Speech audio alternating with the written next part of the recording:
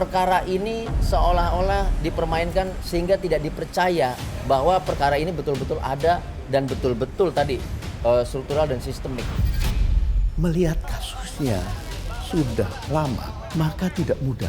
Terlebih yang dihadapi adalah penegak hukum yang tahu penyidikan. Ada uang yang sudah ditahan, ada rumah yang sudah disita, dan rumah yang sudah digeledah. Terus kurang apanya lagi, Mas?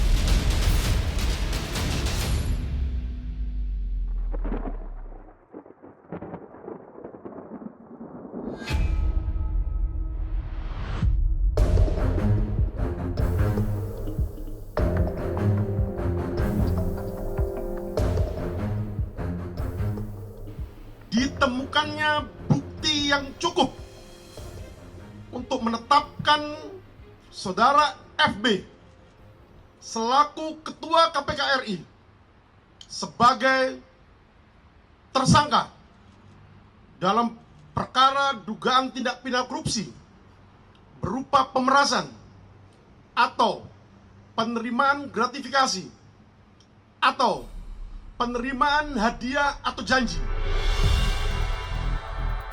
3 bulan sudah, mantan Ketua Komisi Pemberantasan Korupsi, Firly Bahuri, menyandang status tersangka.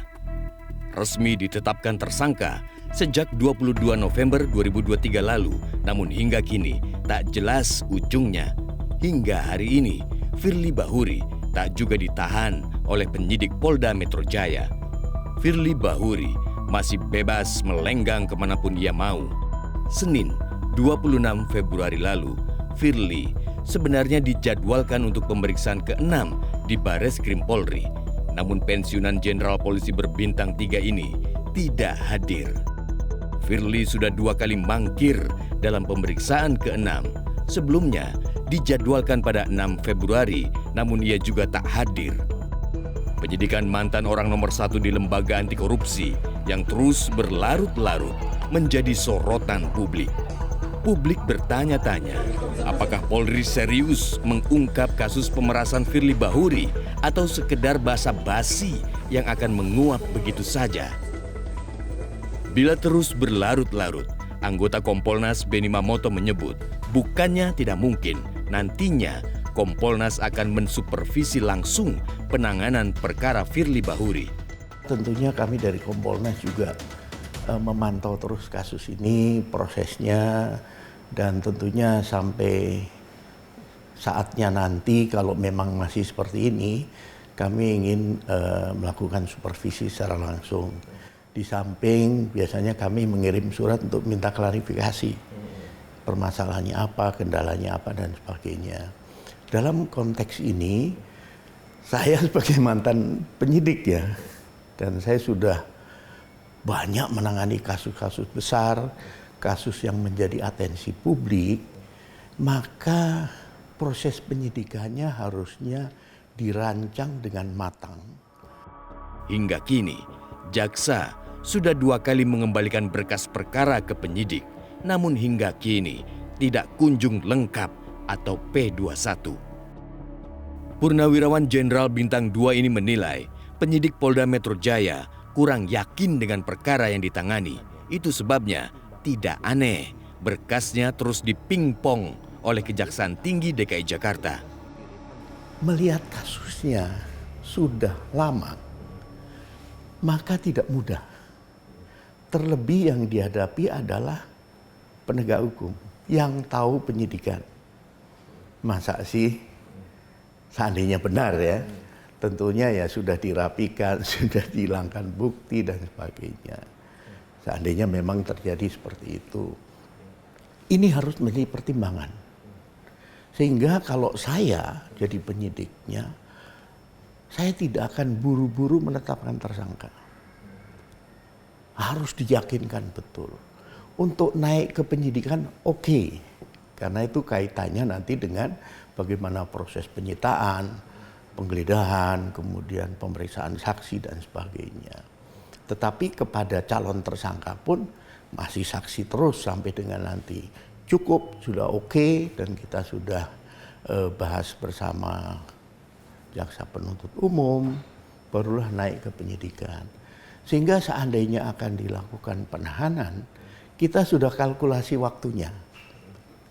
Kualitas bobot saksi untuk pembuktian.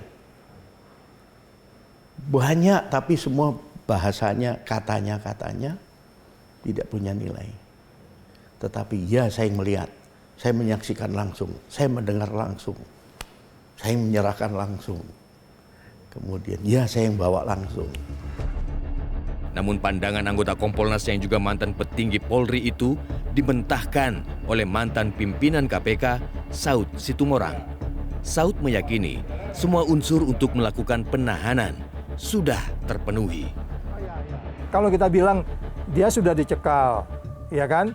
Pada bagian lain dia sudah memberikan keterangan.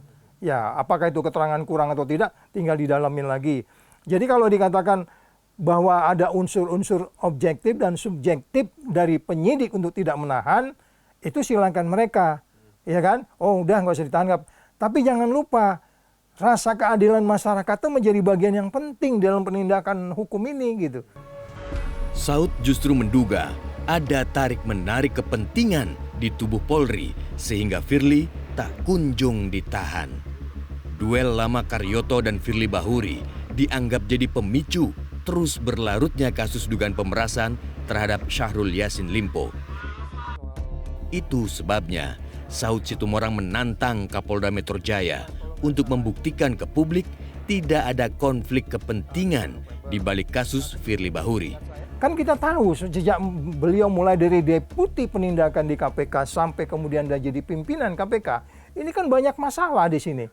Ya kan? Kasus helikopter, kasus kemudian kalau nonton film Endgame itu ada di situ apa disebutnya mereka pegawai yang pernah mengirim surat karena keraguan mereka tentang bocornya rahasia selama dia jadi deputi, helikopter, terus kemudian ada kebocoran dokumen. Ini kan cukup banyak yang menurut publik oke, Dewas bisa mengatakan tidak terbukti, tapi itu kan itu metode pendalaman saja. Artinya indikasi-indikasi itu cukup memframing orang. Jangan lupa framing itu ada sesuatu yang penting buat kita untuk check and balance kita siapapun kita.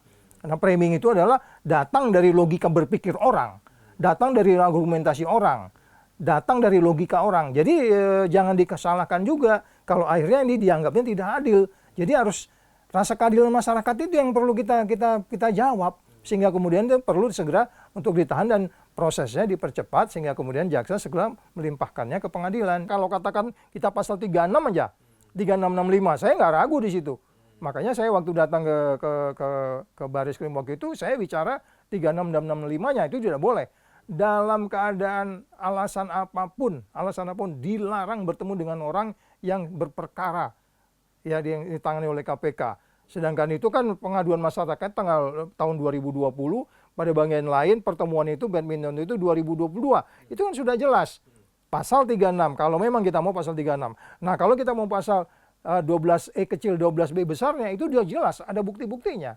Ada uang yang sudah ditahan, ada rumah yang sudah disita, dan rumah yang sudah digeledah. Terus kurang apanya lagi, Mas? Ya, oleh sebab itu saya pikir kita menghindarilah apa yang kita sebut sebagai sandera menyandera, ewe pakewu dan lain-lain, supaya kemudian pemberantasan korupsi ini menjadi firm. Sejak ditetapkan sebagai tersangka, Firly Bahuri terus melakukan upaya perlawanan setelah gugatan pra-peradilan pertama ditolak oleh Pengadilan Negeri Jakarta Selatan. Firly kembali melayangkan gugatan kedua, namun akhirnya dicabut untuk diperbaiki.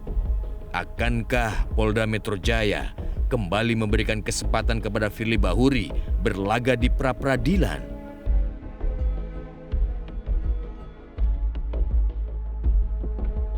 Pasal pemerasan kalau di dalam Undang-Undang KPK ini termasuk salah satu jenis kejahatan korupsi yang paling tinggi levelnya, paling sadis.